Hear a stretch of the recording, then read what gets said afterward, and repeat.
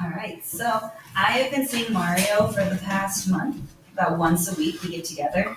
For the first couple times, it really was a lot of like relationship building. So we're just hanging out, getting to know each other, getting to know his likes and dislikes, and it's been super fun. I've really been enjoying his company. He's really into his cars and stuff like that, which I know nothing about. So he's been having a super time telling me everything and teaching me.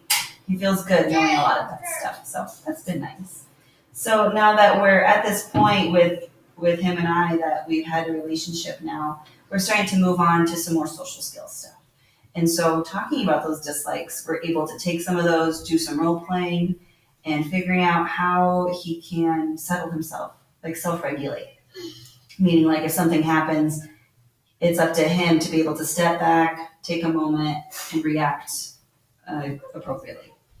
Because he's a pretty smart kid. He knows what the things that he says hurts people's feelings, and things that he does aren't so great. But really, it's just taking what he knows and then just using that to respond appropriately with his peers. So I think that'll help a lot with his friendships and things like that.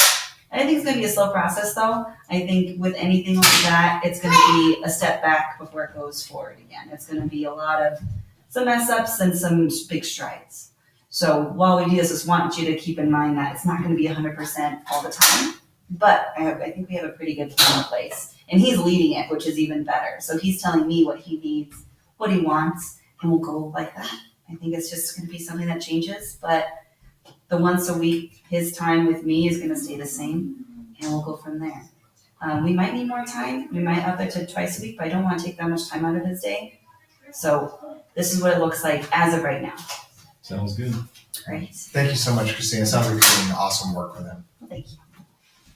Jenny, you were going to tell us more about the accepting environment. This kind of piggybacks on that caring classroom that you were talking about before, right? Yes, yeah. Well, because I've noticed that some of Mario's actions in ways make him feel excluded from the classroom or from his peers.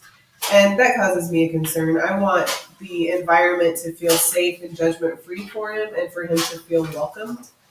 But I also need him to know that we have a zero tolerance for physical or emotional harassment in the forms of bullying or casual hazing.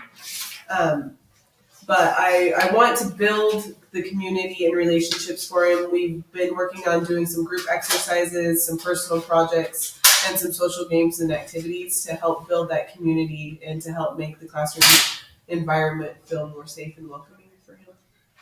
Okay. Great. Thank you so much, Jenny. Mm-hmm. So before I move any further, just to make sure we all know that we are in agreement on the least restrictive environment for Mario. A majority of that time is in the regular classroom, in Jenny's classroom, like any other student, almost all of the time.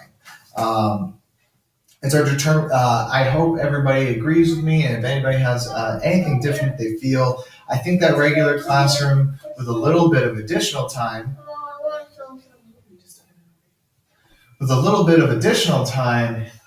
receiving some reading instruction from me is going to be the best environment for him. So almost all the time, with the exception of about 60 minutes of a school day, he'll spend with me reading, but the rest of the time he'll be with his peers.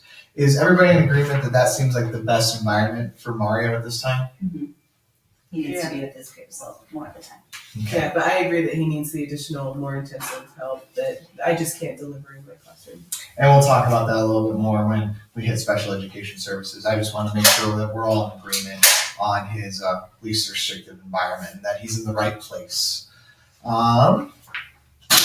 Okay, well, go ahead, Jenny. Well, I was going to say, should we all sign this behavior intervention plan? That's everything I have to say about the behavior plan. Me and Jenny have been working on this for a couple of weeks. Brad, we discussed a couple of the finer aspects of it before we got here today. But does anybody else have anything else they want to add to the behavior intervention plan? If he does go to school, I can incentivize his behavior. Absolutely.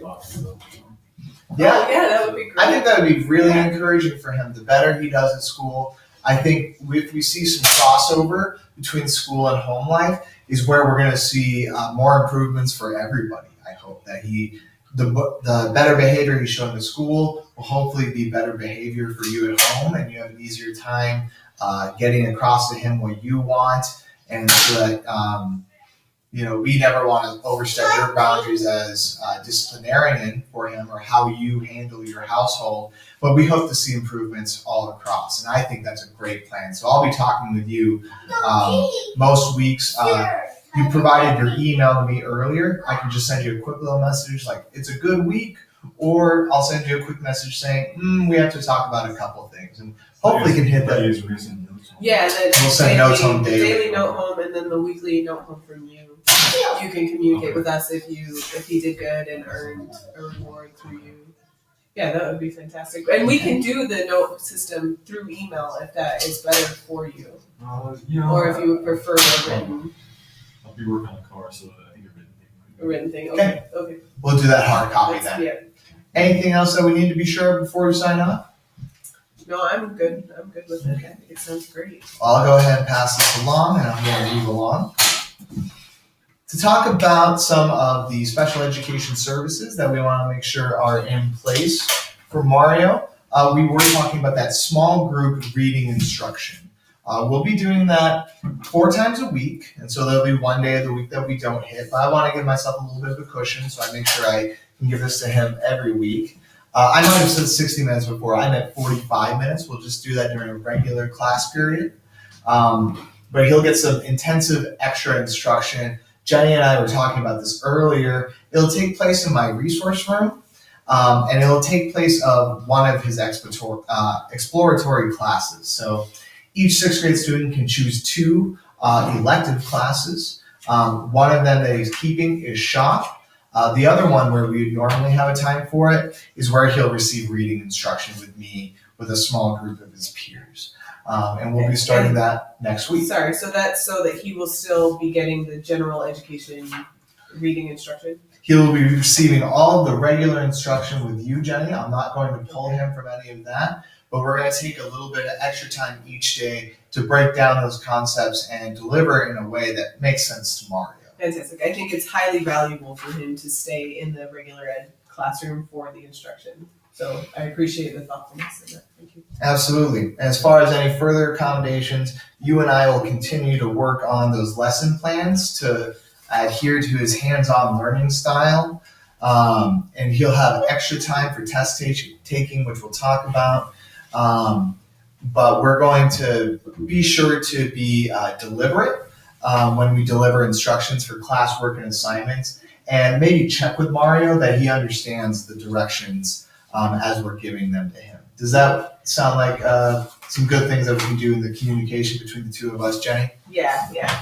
Because I think the check should be very important, and the extended time for testing. Yeah, I completely agree. So we're just looking to work on, and in those lesson plans that we're talking about between the 2 of us, working on concrete ideas, things that he can manipulate. Oh yeah, the hands-on. Yes. Okay. Yeah. Sorry. Yes, the hands-on. I just feel like activities. Yeah. I feel like that's going to be a good match of curriculum for him, so everything is making sense for him since he's having such a hard time with that comprehension. Well, and I'll probably need your assistance in modifying my instruction to get it more hands-on. And you and I can meet on a regular basis during the regular team teaching time that we have in the mornings. You and I will be able to discuss with all the other 6th grade teachers, and we'll be looking, and hopefully as you and I continue to collaborate and pass on ideas, those ideas will continue to pass on to the other teachers. But I'll be keeping an eye, and my paraprofessionals will also be looking at what lessons are looking like. Okay, fantastic. All right. And the only thing on top of that is we'll also be looking at a check-in, check-out system with his behavior intervention plan. And so that he checks in with me in the morning, we talk about expectations for the day. At the end of the day, he and I will review how we did and what I'll be passing along to you that you know about. Does that sound like a good plan? Sounds good. Anything else we want to add for those special education services? We'll wrap this up in just a moment. Just a moment. This is the last bit of it, and we'll just need about 10 minutes more of your time. Okay. Thank you, Brad. The cars are waiting. I know, they're not going to fix themselves, right?